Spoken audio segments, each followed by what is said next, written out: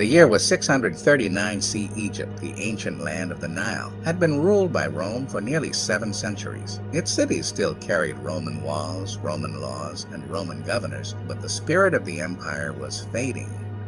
Heavy taxes crushed farmers, religious tension divided the people, and soldiers guarded a land they no longer truly understood. In the eastern desert, a small army began to move. They were not many. They did not carry banners of gold or march with massive siege engines. Yet they carried something powerful: discipline, belief, and unity. Their journey into Egypt began quietly, almost unnoticed, crossing the Sinai where empires once feared to walk. At the border fortress of Pelusium, Roman defenses stood tall. But the defenders were tired, divided, and poorly supplied. After weeks of struggle, the gates fell. News traveled fast along the Nile. A new force had entered Egypt, and Rome was no longer unchallenged. Village by village, the story repeated itself. Some resisted, others opened their gates. Many local Christians, long pressured by imperial religious policies, saw the newcomers not as destroyers, but as a change from harsh rule. The Roman governor in Alexandria still believed the empire would hold. After all, Alexandria was strong, rich, and protected by walls that had defied enemies for centuries. But history was shifting. The Muslim army advanced steadily, avoiding destruction, negotiating when possible, fighting only when forced. Months turned into years. Roman reinforcements failed to arrive. Constantinople was far away, and its power stretched thin after endless wars. Finally, Alexandria stood alone. When the city surrendered, it was not burned, not erased. The Roman administration ended, but life continued. Churches stood, trade flowed, and Egypt entered a new chapter, one tied not to Rome, but to a rising Islamic world that connected Arabia, the Levant, and North Africa. Thus, Roman Egypt came to an end, not with a single dramatic collapse, but with a slow fading of imperial control. The Nile still flowed, the people remained, but power had changed hands, and with that change, history turned the page. Egypt was no longer Rome's province. It had become part of a new civilization that would shape the centuries to come.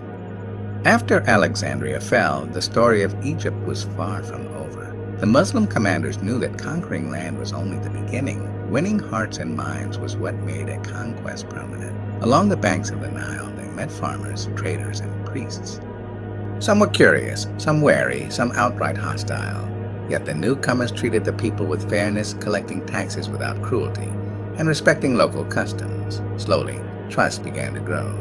The cities and villages, once gripped by fear and exhaustion under Roman rule, now found a sense of stability. Roads were repaired, trade reopened, and scholars from Alexandria exchanged ideas with travelers from Arabia and beyond. But the real power of this new rule lay in its strategy of inclusion. Local leaders were integrated into governance. Religious communities were allowed to practice their faith. The empire that had ruled by force now gave way to a system built on organization, respect, and faith. A sharp contrast to the heavy-handed Roman bureaucracy. In the deserts and oases, tales spread of the victories not only of sword, but of diplomacy and wisdom. People spoke of the discipline of the soldiers, the fairness of the governors, and the promise of a new era where oppression no longer dictated daily life. By the time the dust settled, Egypt was transformed. Roman banners disappeared, replaced by the call to prayer echoing from minarets. But life along the Nile continued, carrying the memories of both empires, the old and the new, blending history into a legacy that would last for centuries. And so, the story of Egypt's transition was written not only in battles and treaties, but in the everyday lives of its people, who witnessed the end of Roman control and the beginning of a new chapter in history, the age of Islam in Egypt. As the years passed, Egypt began to flourish under its new rulers. The Nile, lifeblood of the land, carried more than just water. It carried the promise of stability, culture, and a thriving economy. Cities once divided by Roman bureaucracy now thrived under a system that encouraged trade, scholarship, and community. Alexandria regained its place as a center of learning. Scholars from across the Islamic world traveled there, bringing knowledge of mathematics, astronomy, medicine, and philosophy. The libraries and schools became bridges between the ancient past and a new era of discovery. Yet the greatest change was not in buildings or books, it was in the hearts of the people. Over time, Islam spread not by force, but by example, through justice, fairness, and the promise of unity. Farmers in the Nile Delta, traders in Alexandria, priests in Thebes, all witnessed a governance that respected their lives while offering a vision for something greater. Roman soldiers and governors faded into memory, their legacies preserved only in monuments and stories. But the foundations they left behind, roads, cities, irrigation, were now part of a new world, reshaped under Islamic guidance. Egypt became a bridge between continents, a hub connecting the Mediterranean with Arabia, Africa, and beyond.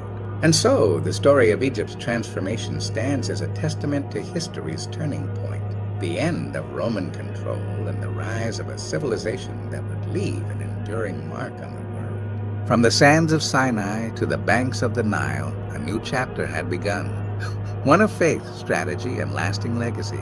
Egypt had changed, but the Nile continued to flow, carrying forward the memory of its past and the promise of its future.